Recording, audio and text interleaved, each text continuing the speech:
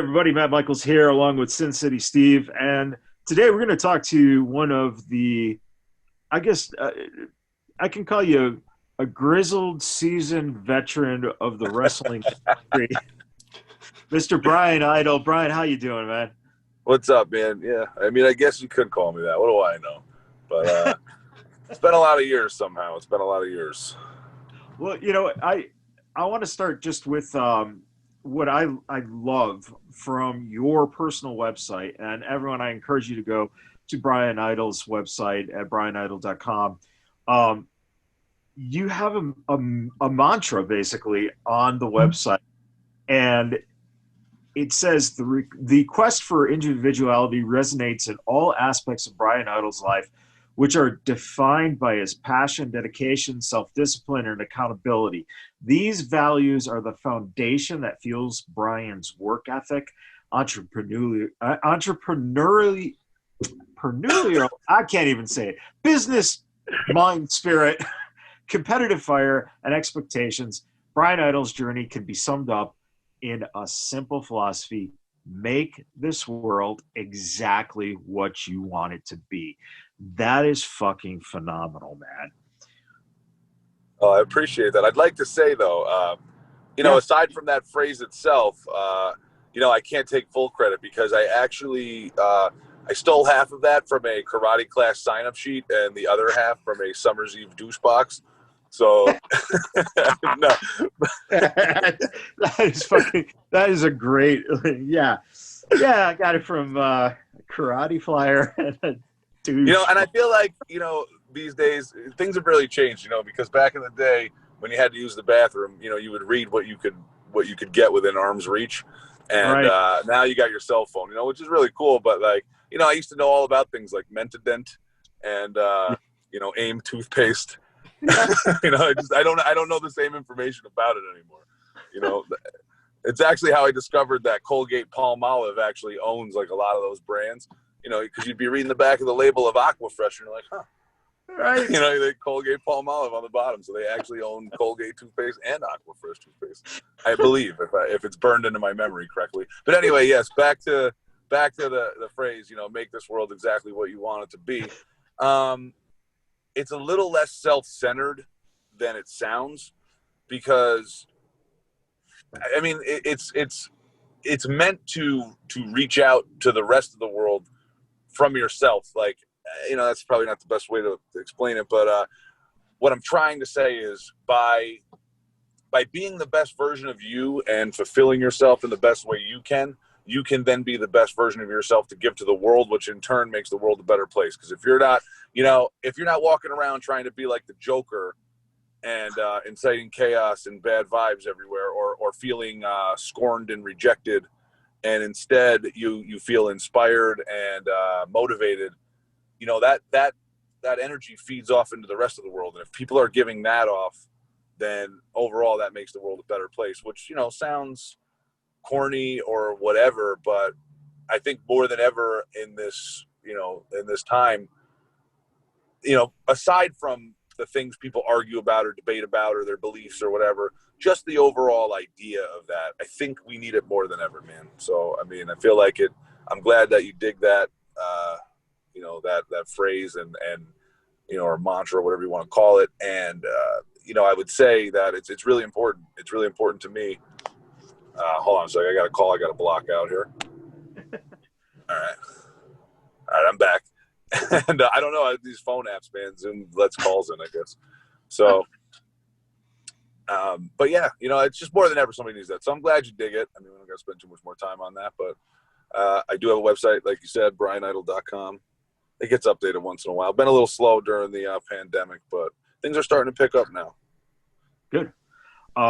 Steve, why don't you ask that question you got there? Because I think this is a very important question in terms of Bryan's career here. Yeah, definitely, man. So obviously, just looking at your social media, we saw where you were going to be opening a training facility in Queens, New York. That's going to be a part of the WWN family. Do us a favor, tell us and our listeners and viewers about your plans for that facility. Okay, so it actually opened last week. Nice. So we're 1 week in. It's off to a good start. I mean, it's pretty cool. As far as being a part of the WWN thing, like we the FTW school. I was the WWN head trainer for like 2 years with their first school. I've been training people a long time. I'm probably one of the only trainers around that's trained people in WWE, TNA. I can't even name all the feds. AEW, MLW. Evolve, ROH. I've literally trained somebody in every one of those feds. At one point, there was somebody active in all of the feds at once. So, that's awesome.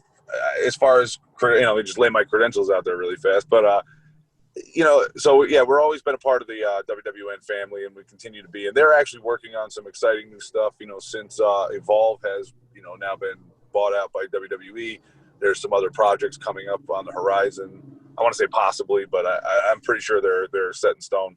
And that's part of the thing that influenced me to open the school. And actually, that school, that whole thing was actually the Evolve school that was coming.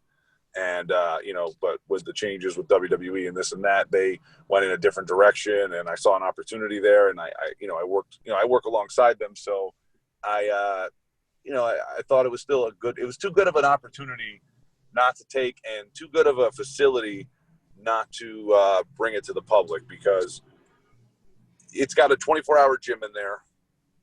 It's got a ring in there. It's got heating and air conditioning, which doesn't sound like a big deal, but for anybody that's ever been to wrestling school, 9 out of 10 of them, no AC in the summer, definitely no heat in the winter, no hot water, usually a small, filthy bathroom. And I mean, some great wrestlers come out of places like that. And listen, I've run schools that are, no heat, no AC, and it's not unheard of. It's not a bad thing even, but definitely nice, definitely a good convenience when you have it, a step up, you're moving on up. So really cool. I'm really excited about it. We'll see where it goes, but just like anything else, man, it's my attitude on it is it's not a make or break thing. It's more, honestly, when I do it, it's not a business venture like, oh my God, this is all I need to do to survive or whatever. This is like the 4th school in New York I've had, maybe the 5th. As long as it feels like everyone appreciates it and I'm actually bringing in a lot of other local feds. I didn't mention that. And I think I haven't really mentioned it publicly yet, but I'll do it here. So this is going to be the first wrestling school of its kind where it's not just the FTW World Wrestling Academy. It's not just the official school of WWN. There's other feds that are coming in. I don't want to name them yet because the ink's not dry on some of the paper, but there's other feds coming in. And I'm really referring to this whole thing as a co-op. So it's going to be, instead of where local indies fight with each other for airtime and space and territory, I'm trying to make a thing where we all melt together and everybody has a chance to put their own little stamp on something. And what that does for the people that are joining the school and training is it creates a maximum opportunity for them to be seen by all of these feds, get bookings. But, I'd like to say that I'm overseeing the whole thing. So you're still getting some of the really solid training, like with, one of the trainers is Jack Gallo. He's a very good indie wrestler, and, he had a couple matches in Evolve. And I think, that same year he had 2 very big injuries and he missed like a whole year of wrestling. Otherwise, I think he probably would be much more of a popular name by now. But, he's trained dudes like Tristan Ty, who, I don't know what name he uses. I forget. They changed everybody's name in MLW, but he's in MLW. He trained Gabriel Sky, who does really good in Beyond Wrestling and a bunch of other things. So, from our program, we know what we're doing. We have guys. So it's me overseeing it is a great opportunity, mixing in with all these other feds. It only benefits the people that are joining wrestling and that love wrestling, and it's going to create a maximum opportunity instead of just one fed trying to hold them down and you work for me and nobody else, blah blah blah. We're not trying to do that, man. It's a co-op. We're calling it the co-op. It's the co-op. It's a new concept. Hopefully it flies, and if it doesn't, man, I tried. It's me really trying to do something cool for people after all these years. It's not about me saying this is my school. It's not. It's a co-op. That's a great, it's a great mindset. It's a great philosophy. And your career, which has spanned, a couple decades now, which is 3 awesome. decades. 3. We're in 3 decades. Yeah, 3 decades. I don't want to give you the old man feeling, but by the way, so 2021 will be the 4th decade because the 90s, the early 2000s, the 2010s, and now we'll be in the 2000s. Well, I guess 20 is, right? So this is the four decades. Yeah. I've been in wrestling 4 decades, my brother. What with that, and obviously, you're putting your body prettier than everybody else too. Sorry, go ahead. But you're putting your body through a lot of stuff, obviously, as a wrestler. But the other thing that you do is that you model and you act. And as me being an actor and also having trained as a pro wrestler, one of the things I always like to do is to compare the entertainment aspects. Do you find yourself when you're on set and you're doing something, either modeling or acting, the process that goes into that, is that more enjoyable, or the process that goes into pro wrestling, being in front of the crowd, is that more enjoyable for you? I would say the experience of being an actor and a model, and I'm saying honestly at a high level, I'm SAG and I've been in some real movies and done some real commercials, and modeling especially, I'm not an Instagram model, I'm an actual represented model, like Ben's Model Talent Agency out of Tampa, they're pretty good, and I got some other ones.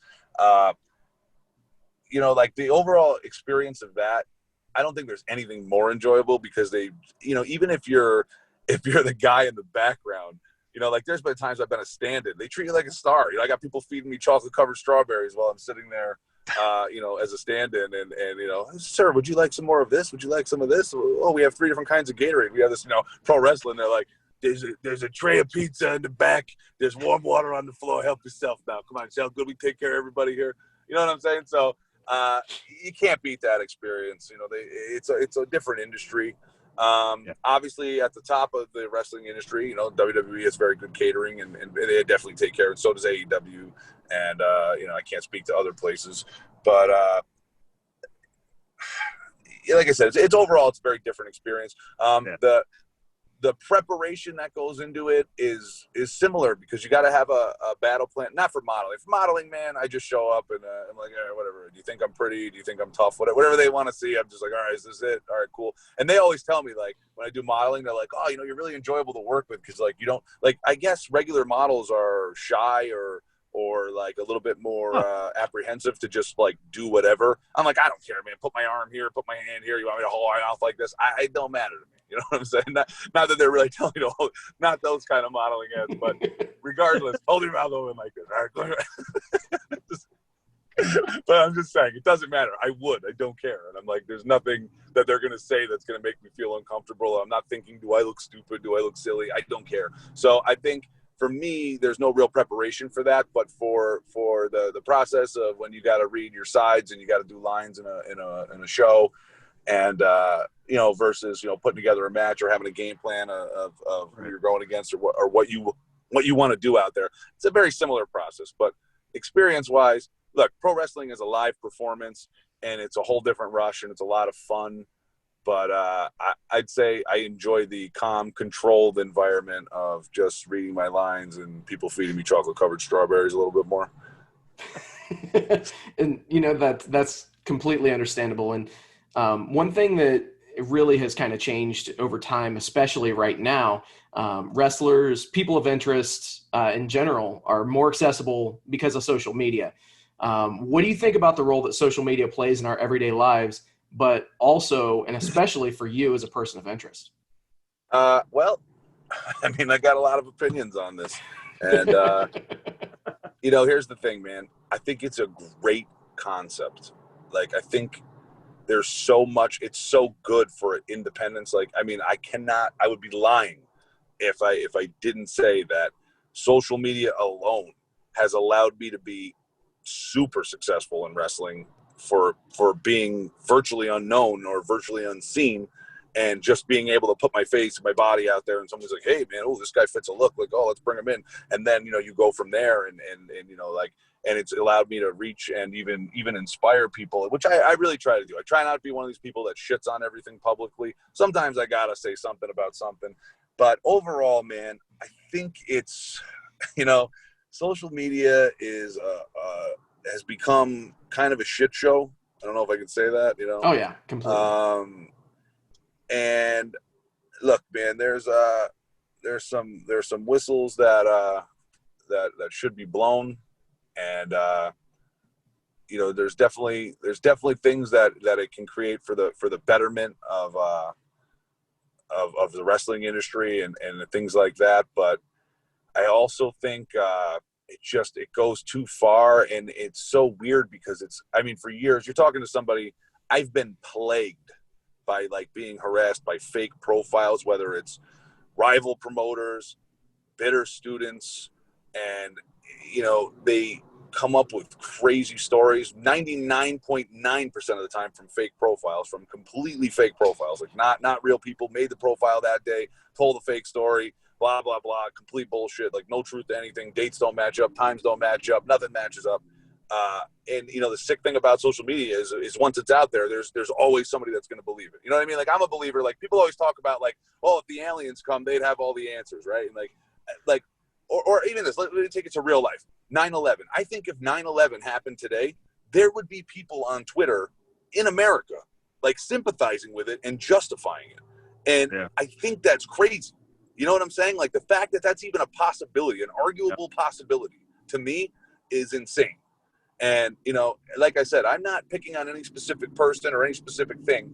I just think it allows too much, and it's tough to say, hey, certain people should be limited or whatever. But I do think there should be a rating system, like internally in these things somehow. Like you have to get a certain amount of likes to reach a certain amount of base. You know what I mean? Like, because I think people don't realize that. And listen, I'll tell you an inside thing like that's going to make me not popular right now. And this is always my problem. I say too much, but I don't care. And I you know what? I'd love to go on record saying it. I will guarantee you that a lot of these indie feds that are the it thing, or the guys that are the it thing, there's literally one guy behind hundreds of profiles bumping their stuff. And it's not obvious to a regular fan, but it's obvious to somebody in the business. And a lot of us know, and a lot of us talk about it, and we see it. And like, I get it. Hey, that's promotion, and you want to fool people. It's no different than buying Instagram likes or Twitter followers or any of that. But, it's just somehow sociopathic to me to be like, yeah, I have 62 online identities, and I write a post from one and I retweet it from the other, or I don't agree with this guy, so now I'm going to attack him with my 14 fake profiles. It's like, come on, man. Like, it's just, I feel like it's time everybody could spend doing something better. And I feel like long term, it's detrimental to the public and to any industry, including wrestling, because all it takes is one guy with a little bit of popularity and a problem with somebody, and they can blow it to epic proportions. And it does ruin people's lives. It does hurt people, because there have been fake stories about me that really affected my well-being, because I couldn't imagine that someone would really think those things, that I, that I would be capable of doing that, and like, I'm like, hey, it just blows my mind. And I'm like, man, like, it's just amazing to me. Somebody can just go on social media and just say anything. And there's always somebody, whether they're a fake profile or not, that's going to believe it or be like, and that's human nature. But like, wow, man, it's just too much access. I can go on for a long time. But the bottom line is, it's a bad thing, because too many people have too much access to everything. Yeah, completely understandable. And you just laid out a beautiful social media playbook for us. So now we know that we should set up start different making fake profiles and say that you guys are the shit. Yeah. And but like, yeah. and then get a couple good wrestlers in on it. You got to butter their bread a little bit. I'm not the guy, trust me. My social media popularity is not. I am not a Twitter. It's funny, like, even wrestlers that hang out with me in real life, they'll no sell my tweets. Like, they won't retweet shit, they won't like shit, and then in real life, and I'm not gonna call it out, but I do say it sometimes. There's a lot of pro wrestlers in my DMs that say a lot of things to me, but they won't like my tweet or retweet it, and I'm like, that's kind of funny, but it is what it is, But like I said, I think Twitter has, I don't want to keep going on this, but it reminds me, and I'm not going to say the wrestler's name, but he's actually a Vegas guy. And, he put a tweet out the other day, and he's a skinny, non-wrestler looking dude. I mean, but like, he has success, I guess. I don't know him well enough. But he put out a tweet like this. Like, I don't know how anybody could use, if you're a wrestler using Facebook to get bookings still and whatever, like, you're out of your mind. Like, if you can't get over on Twitter, don't expect to have a career. And I reposted, like, dude, I got like 500 Twitter followers, and I think at one point, maybe between my two profiles, because I had the other gimmick, and between the two profiles, maybe I had like 1,300 followers, whatever. And it was like, I've never gotten shit off Twitter. Facebook, I've gotten all the way to Japan just by sending a message and just getting somebody to look at me. And then all of a sudden I'm making phone calls, I'm talking to people, and boom, I'm in Japan, I'm doing this, I'm doing that. I mean, I got to England like that. So I was like, well, I beg to differ with you, man. Like, and I said, regardless of social media, your resume speaks for itself. To which his reply was something like, a PDF file, and so did I only get so far. And I was like, PDF file? I'm talking about your career, bro. Your actual career. Like, your resume. When somebody says, who is this guy? And they look at a clip, and they're like, well, that guy's pretty good. And like, oh, maybe we could use him. And, to be honest, it is kind of indicative of today's wrestling world, because I'm not trying to be mean and I'm not trying to say whatever. The guy gets booked or whatever he does, that's cool. And I'm not shitting on him. That's why I'm not going to name him or say anything bad, because I really have no ill will towards him. But I'm just saying, I clicked on his highlight video, and it was very lacking, especially in realism. And the strikes were very sloppy and things were very sloppy. And I'm like, that's your highlight video? And I'm like, yeah, you might need to get over on Twitter with witty jokes and memes, because your ability is not going to carry you to the big leagues. And, like I said, not shitting on him. I'm just saying that he could go practice, and I'm sure he could be great. But definitely I would focus less on Twitter. I think that's a problem of wrestlers today, the younger ones. They focus too much on Twitter and posting a meme or shitting on this guy or that guy or joining this bandwagon or that bandwagon, which I get it. Again, it creates popularity, generates a buzz, but man, have something to buzz about. Like, when somebody looks at you, be like, oh shit, well, because like I said, I know a lot of people don't like me, and I know a lot of people love to take shots at me, and I know that it's because I'm worthy to take a shot at. You know what I'm saying? If I was a fucking bum and I looked like a bozo, nobody would want to take shots at me, because you wouldn't score any points. But like, dude, if you can get one over on me, that's good. That's good street cred for you. So people love to take those opportunities. So like I said, instead of being offended by it, I just take it for what it is. And that's the Twitter world. Like I said, it's not all about me either. But I'm saying, just like what your question was, it's I'll stop going on about it. But well, let's kind of shift gears a little bit. Sure. So you've wrestled numerous times at Sausage Castle Wrestling, even winning their championship.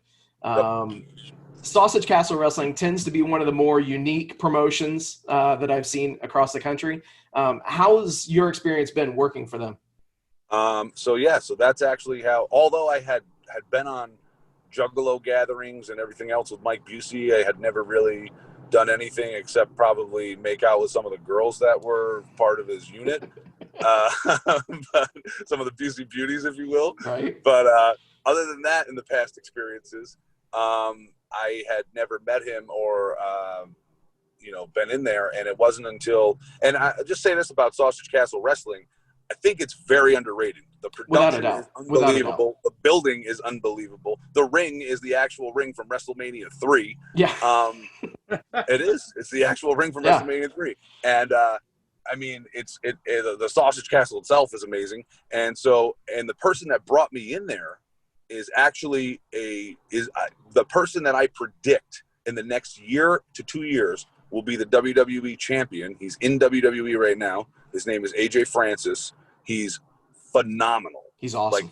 You're talking about a guy that's been doing this like 2 years, and he can cut a promo better than anyone I've ever seen on a video. Like, if a video promo, a vignette, there is no one. I will put him against anyone. In ring, he's also great on the mic, but I'm saying on a vignette, he's unbeatable.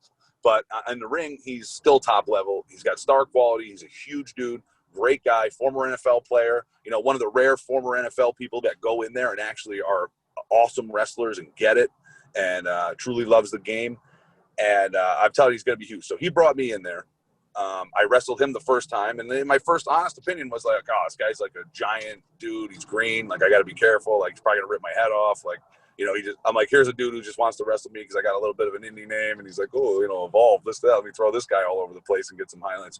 And couldn't be further from the truth, man. Like, unbelievable match right from the start with him, and then just unbelievable experience. And then, you know, I'm not ashamed to say it. Mike Busey is like one of my best friends in the whole world. That's awesome. You know, we've become like best friends. I think he's really misunderstood in a lot of ways. I think he's got an amazing sense of humor that people don't really get, like the mainstream. But you want to talk an inspirational, good-hearted guy who's given thousands to strangers, to less fortunate, pulls for the rights of minorities and the well-being of others, like so far above and beyond anything a guy like that would ever have to do. Because let's face it, Mike Busey has millions of dollars and doesn't really need to do anything for anybody. And he's the complete opposite. He's a shirt off his back kind of guy, or a sleeveless. When he is wearing a shirt, of course. Yeah, sleeveless Hawaiian shirt off his back kind of guy. but for real, I can't say enough. And I'm very, you know, it sounds stupid, but in my own mind, I'm very judicious about people that I would consider calling among my best friends. And I'm saying, like, you know, and there's somebody that could, he's a hot button, hot topic guy. And, you know, somebody would say, yeah, maybe don't hitch your wagon to old Mike Busey, but I would go down with the ship because I love him. And he's one of my best friends in the whole world. So the Sausage Castle and Sausage Castle Wrestling, honestly, is nothing short of amazing. All kinds of good wrestlers been through there. Joey Janela, the list is endless. I forget, you know, but Janela's a buddy of mine. I like seeing him there. He's been there a bunch of times. You know, he's a big AEW star now. And there's been tons of dudes like that passing through, even some names from not really yesteryear, but guys that you know, like Wes Briscoe. A lot of dudes in there I've had matches with that were awesome matches, awesome time. The environment's amazing. You know, AJ took that belt, the Sausage Castle belt. He had it on NFL Network. He had it on Fox. He had that thing everywhere, man. Which is awesome exposure for it too. And I will say, we did film. There is a TV show coming out. I can't say what it is, but there will be a huge TV show featuring the Sausage Castle Wrestling and Sausage Castle. Although I feel like they may blur or blub the name out of it. I don't really know what word I use there, but they were a little apprehensive about the Sausage Castle name and such. Why would they ever have to blur or censor anything involving Mike Busey? I don't know. For anybody watching that doesn't know, you know, look, people always think, you know, like I said, we're using bad words here, but anybody who ever thinks about the Sausage Castle, they just think it's like some sex fest orgy porno thing and whatever. It's less about that. And look, he advertises hot girls because that's the demographic that we feel, and I say we like I'm doing it, but that's the demographic that he feels that, you know, would appeal to the whole environment. But the way I would explain it is it's more like, you know, Jackass. It's the generation that watched and loved Jackass, and even when you were younger and you were watching Nickelodeon before that, you're watching Wild and Crazy Kids, and they're doing crazy, field day kind of stuff, you know, like dodgeball, and it's just all things with adult twists on that, and you know, a lot of, you know, it's a little bit vulgar, but it's funny, and it's like it's not meant to exploit or hurt anybody or anything like that. Everybody there always has a great time, and the funniest thing is, you know. A lot of the most popular celebrities in the whole world really do come there. Some that you don't hear about as much, you know, but like, you know, one was funny, like Shaquille O'Neal was, you know, live broadcasting Easter Sunday. You know, he spent Easter Sunday with us there. And, you know, who's bigger than Shaquille O'Neal, literally. And, That's legit. Yeah. And so, I mean, it's really a magical place. And I think if more people truly knew the vibe of what went on there and how, you know, back to my mantra there, I say mantra, but I don't know the meaning of the word, but, you know, make this world exactly what you want it to be. I mean, that place is the inspiration, is the epitome of it. Yeah. You know what I mean? So for anybody that doesn't know, look up the Sausage Castle, look up even Sausage Castle Wrestling. It's better than you think. And it doesn't get enough. Like I said, there's not 90 million fake profiles bumping it on Twitter, so it doesn't get enough love. But you know, it is what it is. It's great. Yeah. Without a doubt, man. And you know, that's really good to hear that Mike is as advertised. I mean, obviously, you know, he's gotten some notoriety from MTV and a bunch of other news outlets and things of that nature.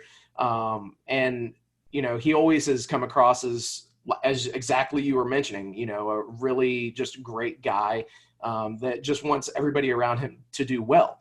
And I think that, you know, you reaffirming that is just music to my ears, because, you know, it, like you said, he is misunderstood in a lot of the realms out there right now. So that's awesome to hear.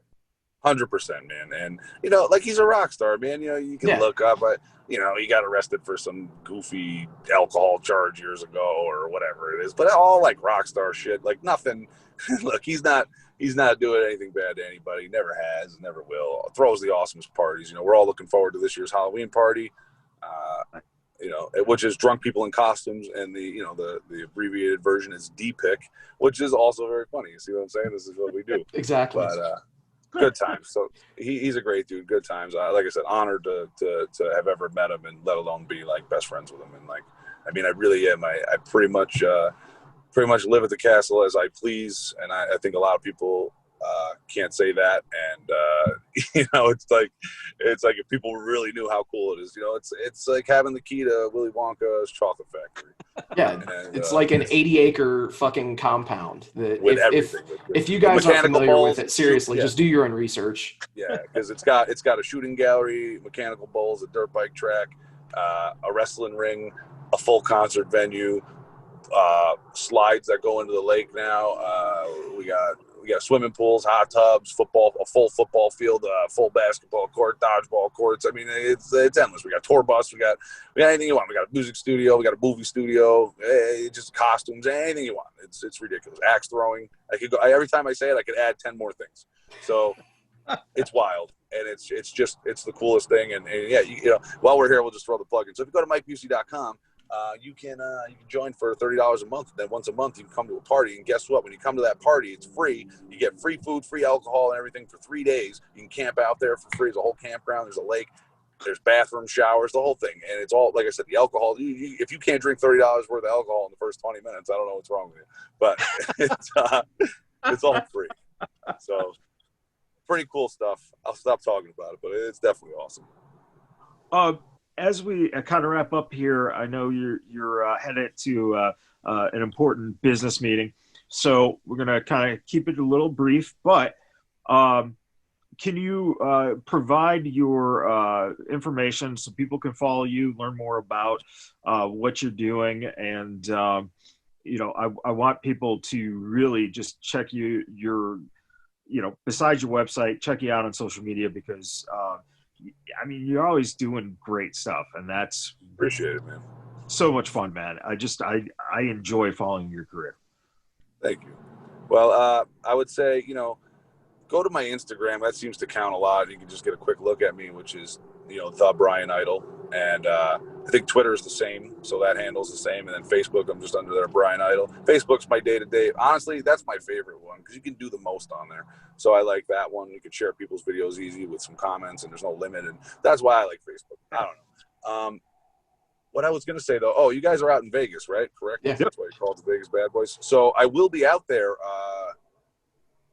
I don't know if it's open to the public. I don't know what the deal is, but I'll be out there for FSW next week. Or okay. Week after. Was it October 10th? I think it's the 9th or the 10th, one of those days. I got it written down. I just can't remember. So I'll be out there, though, so keep an eye out for that. Yeah, it would be the 10th, because the 11th is Sunday. Yes, I think it's a Saturday, right? Yeah, absolutely. No, actually, we do a show with we do the DeFalco Files with Joe. There you go. Well, yeah, I just talked to him like a few days ago. So yeah, I'm in for that. Awesome. And I got some other stuff coming up that I can't quite mention yet, but it's in that area. And so it should be going on, which is cool for me, man, which is cool and scary at the same time. Because to be honest, I've had opportunities to wrestle, and I haven't really wrestled since this pandemic began. I did one small appearance, I guess call it a tune-up, like last week or whatever. And the guy damn near blew out my eardrum, so I'm still half deaf and feel like I'm underwater. But it's cool. But that's what a tune-up's all about, man. You get in there, you take a lump and see if you can keep going.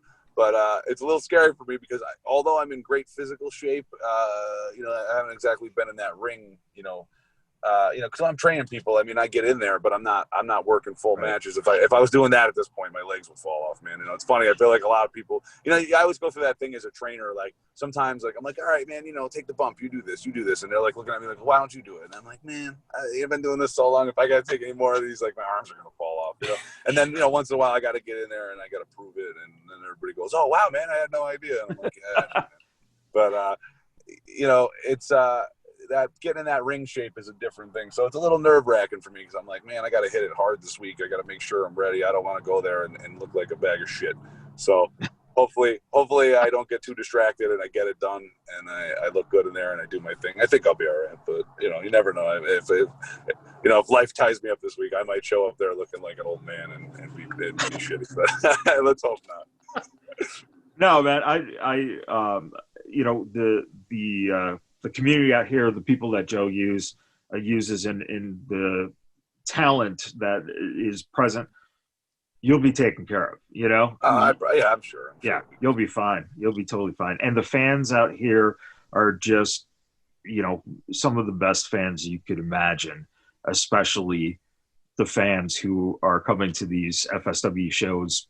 It's such an intimate, nice little setting and a very professional setting. And also, FSW is going to be finally again back on TV here in Las Vegas. So it's something that I think that you're going to have a great time. And the more you can do out here in general, man, dude, it could be big. I know. So I think that's why I'm going to try to make myself a little bit of get myself some FaceTime over there for a little bit. I heard, oh, TV's coming on. Let me go on down. What you guys got going on?